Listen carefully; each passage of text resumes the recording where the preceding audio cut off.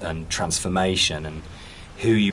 Making it very accessible, the narrator's kind of in a turmoil, in a whether it's, you know, Christianity, whether it's Islam, whether it's a good person. How should we behave to each other? How should we feel about the world we're in? And it's a really powerful way of speaking to a lot of people, like outlook on life is whether that's, you know, faith-based or secular, that we are all effectively asking the same questions. And that's why I think all our games kind of tend to be around those questions.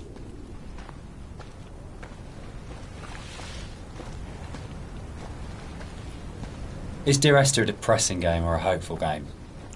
For me, it's kind of like a mix of both, really. I think, like, my interpretation is kind of like, always feel like kind of depressed when I think about the kind of term and, you know, all these events surrounding his story. But for me, I always feel like a little bit hopeful at the end. You know, the conclusion just feels like a relief, and like this is kind of all ended in some way. What do you think, Jess? I think it's a game about acceptance, and I really like that. And I think it's telling that a lot of people with mental health issues have responded really positively to the game, and we get a lot of emails and letters from those people saying that it's helped them through a really difficult time. And for me, that's because it's about the struggle of being human, that it's hard and that we love and that we grieve and we lose, but we come through it. And those things are what makes us human, that it's transformative and that the pain is part of life. And that's a really beautiful message. And I think that's what you do so well, Dan. That's what you write about. You write about what it is to be human. So Dear Esther is the first walking simulator. How do you feel about Walking Simulator? You know what, I think I took offence to it when it first became a thing, but you know, I think actually I don't mind it so much now. I think the fact that we have kind of taken ownership over it, like that genre has been kind of made our own by not just our game, but like a bunch of different games have kind of embraced it. I don't know, what do you guys think? I'm still really confused about the need to categorise in games, probably more than any other creative industry, and I think it shows that games... There's a bit of an illusion of simplicity with games like Dear Esther that people kind of assume, because there's not a lot of mechanics and there's not much going on in that sense, that they're easy to make. And I think actually it's kind of the opposite in a way, that because they're so simple, everything is exposed and everything has to be exceptionally good for it to work, because you're carrying a player's experience on a fairly sparse, minimal kind of framework, and that really means that every aspect of it has to be produced at a really high quality and has to be done with a lot of passion and a lot of thought. One of the things that I think was added more frequently in the final version of Dear Esther was the inclusion of a number of ghosts in the game. These are not like ghosts that you'd see in a normal horror game. They're just very loose silhouettes that you will see around the island, usually like quite a distance off, or just kind of somewhere that you'd barely see it out the corner of your eye. I think this is a good example of where it's kind of really in your face, and these are kind of just something that we put in to kind of not just bring some unreal elements to the island, but something super... The Overlook, the point about this to me is that it's probably the voiceover in the game that kind of sums up the whole story and the experience. It's almost like a recap of everything that's gone before you start the final climb. And you know it's that pause before you're going to start the final climb and before the game's kind of builds to a climax. But you can also see the whole level, and it's like the idea that you are standing looking down on your own journey, a bit like the idea of your life flashing before your eyes, or sort of like seeing your body but having an out-of-body experience at the moment of death. And it was really designed to try and get that feeling as the player, that you stop and you take stock of everything, and there's a bit of a sense of there's no going back. You take a breath and now it finishes. And I really wanted to kind of achieve that sort of sense, and I think we did. I think it really came together here, that you got that sense of going, right, now this ends, and now I move forwards to it.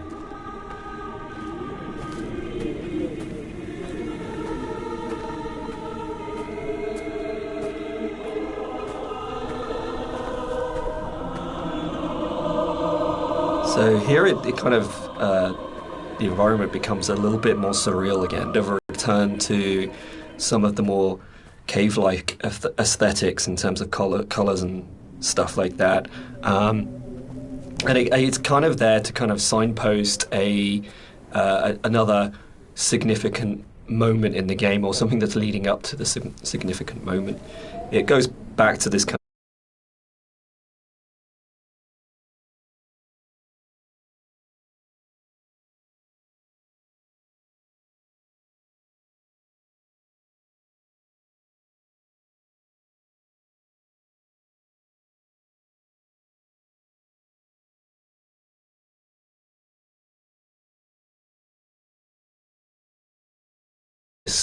of you reaching the end.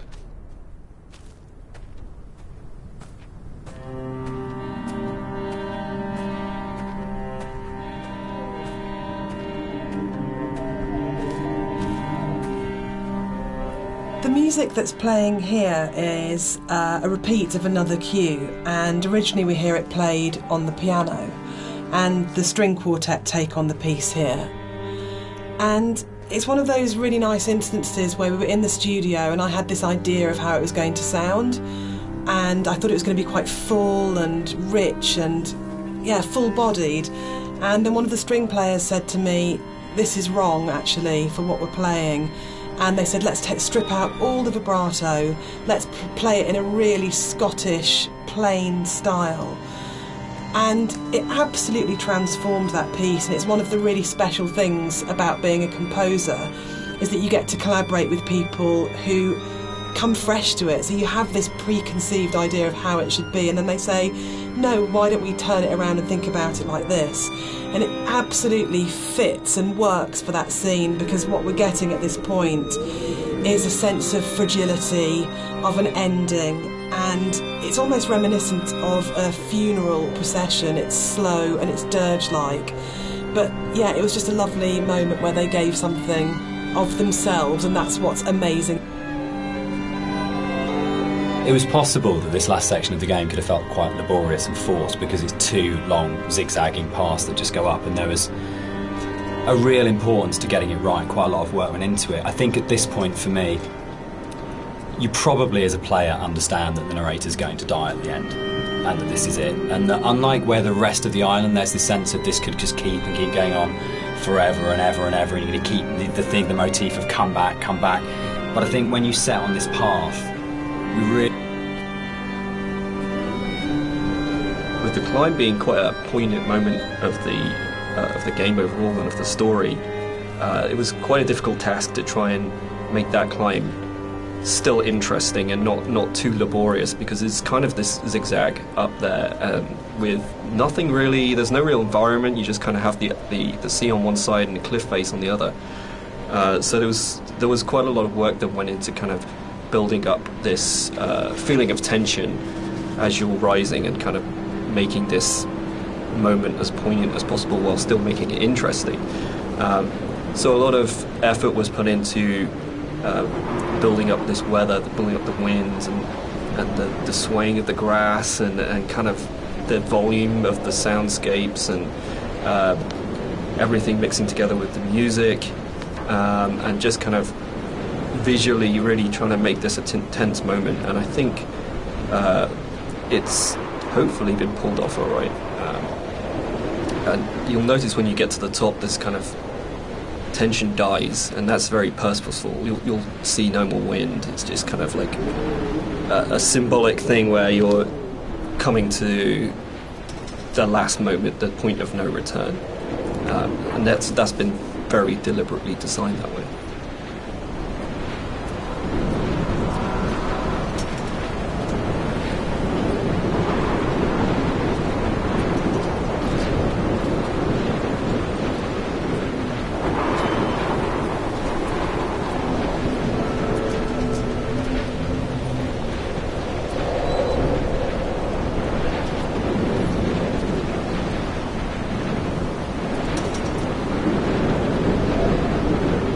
We had a lot of debates, didn't we, about the ending of the game and whether the player should retain control or whether it was okay to go to a cutscene at this point. I personally don't mind it. I actually actively like it because I think it works really well as a metaphor for loss of control at that point. Dan, I know you're not as keen. Yeah, I'm not. I would have loved the player not to have had control taken away from them, but to me it was a balance between two evils. The evil of having a cutscene and the evil of the player accidentally falling off the ladder halfway up and destroying the ending. Yeah, I agree. I think we tried a few different things, and the tech at the time just wasn't, the ladder tech at the time just wasn't there. So,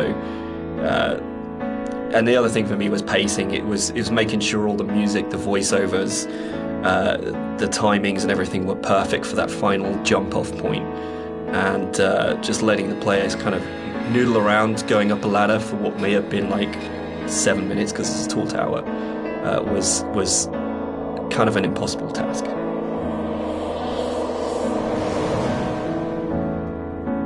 One of the things that I enjoyed the most on working on Dear Esther was Rob's beautiful visuals were so inspiring, but Dan's words are always so amazing to write to. I think that's where we start as a partnership. And the music at the end was so easy to write because that last voiceover, it's the pinnacle of the writing to me, as it should be, because it's the last VO, so you would have failed if it wasn't good, but it is just so beautiful and moving. And for me, it signifies to me transformation, freedom, escape, acceptance. Yeah, and it was just a beautiful cue to write, actually. I don't know, I can't remember quite where it came from in the mod, but the moment when we went, or we could put the bird in there and you could see the bird's shadow, and actually it turned from being kind of like a straightforward literal suicide into a metaphorical, or to my mind, kind of like, I always really believed the narrator did turn into a bird just before they hit the ground, and that was really important. I think it's probably the strongest ending in any of our games so far. But yeah, I'm very proud of the way everything came together in that last section. Yeah, I think it's the bird thing is particularly interesting because I think it was in the original mod, but the timings and everything were just all off, and you never really saw the seagull. Yeah, at least the shadow as well. It was all kind of like a little bit broken. And I remember when we went back in, I made a real effort to try and get that shadow just out of the center of the view, so you kind of have this hint of something happening, and I think you can hear the sound of a seagull flapping its wings. It's like very subtle, but like I say, I kind of really like the way that came together. It kind of it's very like say it's kind of like a release, but at the same time there's still this kind of ambiguity there that's kind of beautiful. And I'm really proud that I got the monitor in at the end for ending of, it goes into the hospital monitor signifying the flat line. And I think it's one of those moments where you never want to be so clever that people notice it and it takes them out of the moment, but it just flows in through the music and it just feels like everything comes together at that last point. That last VO, Rob's amazing visuals and the music, and it feels like a really, really strong and beautiful ending. And then in the last second, Nigel Carrington's delivery of just those two words have come back, where he just pitch perfect. Yeah.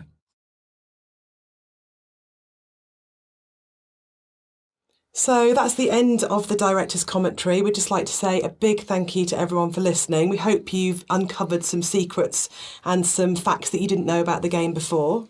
We'd also like to say a huge thank you for buying the game and for all our fans who've been behind us and been behind the game and have kept it alive all these years. It's a real privilege that it's still out there, still such a title that people love so much. Yeah, and we're really looking forward to the future and what we can create coming up next. Thanks for listening. Cheers. Bye.